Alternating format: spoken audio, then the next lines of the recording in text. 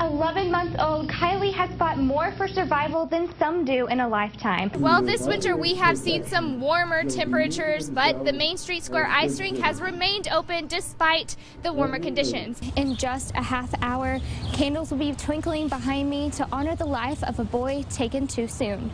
The community is coming together to remember the life of baby Bentley Barr.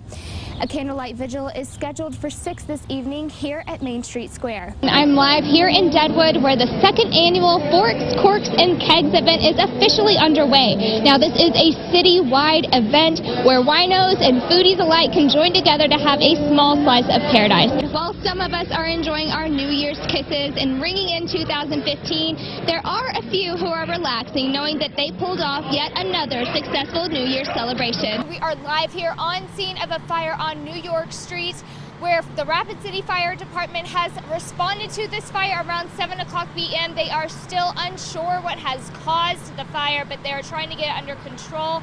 For months, we have been following the whole campaign of the Rushmore Plaza Civic Center expansion, and today the votes are finally in.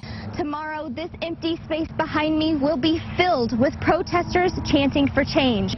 Cancer patients are constantly poked and prodded, but one program has taken it upon themselves to ease their pain and soothe their spirit. The Caring Hands program began at Rapid City Regional Hospital in 2013, and the goal of the program is to make patients and their caregivers as comfortable as possible. High school girls can come to the dress drive looking like this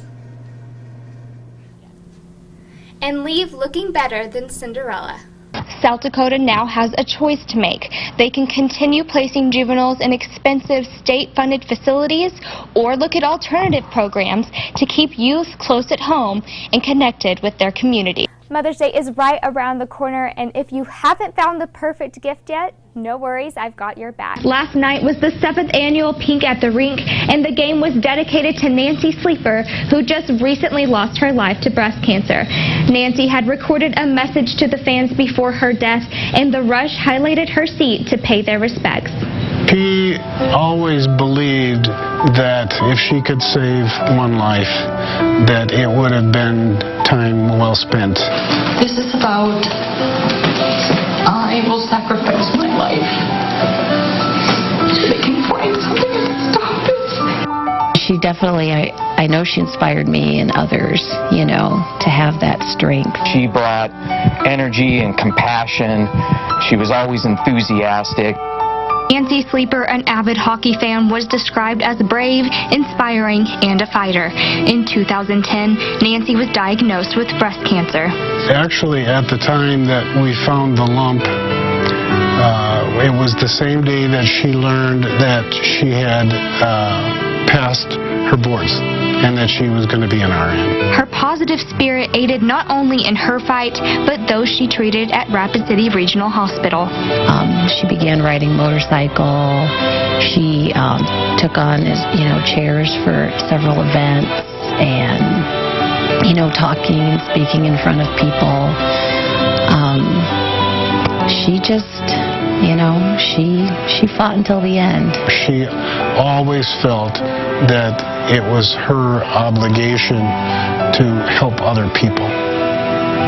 And that's why she was always so upbeat. Always. Through Pink at the Rink, Nancy reached many lives, and through the years, it has been some of the best memories. She just inspired, you know, empowered, and lit up so many lives, you know, I had fun watching her that night. It was definitely a night for her to shine, and I wish she was still here shining with us. Even in death, Nancy is still reaching out to empower others. Hey, Rush Nation. I knew I wouldn't be able to be with you tonight, but I wanted to take a minute to say thank you. The money raised tonight goes toward helping real people with real families right here in our community. For those of you who don't know, at the end of each game, the team gathers in the center of the ice and gives the crowd a final salute before they leave. Nancy, this one's for you.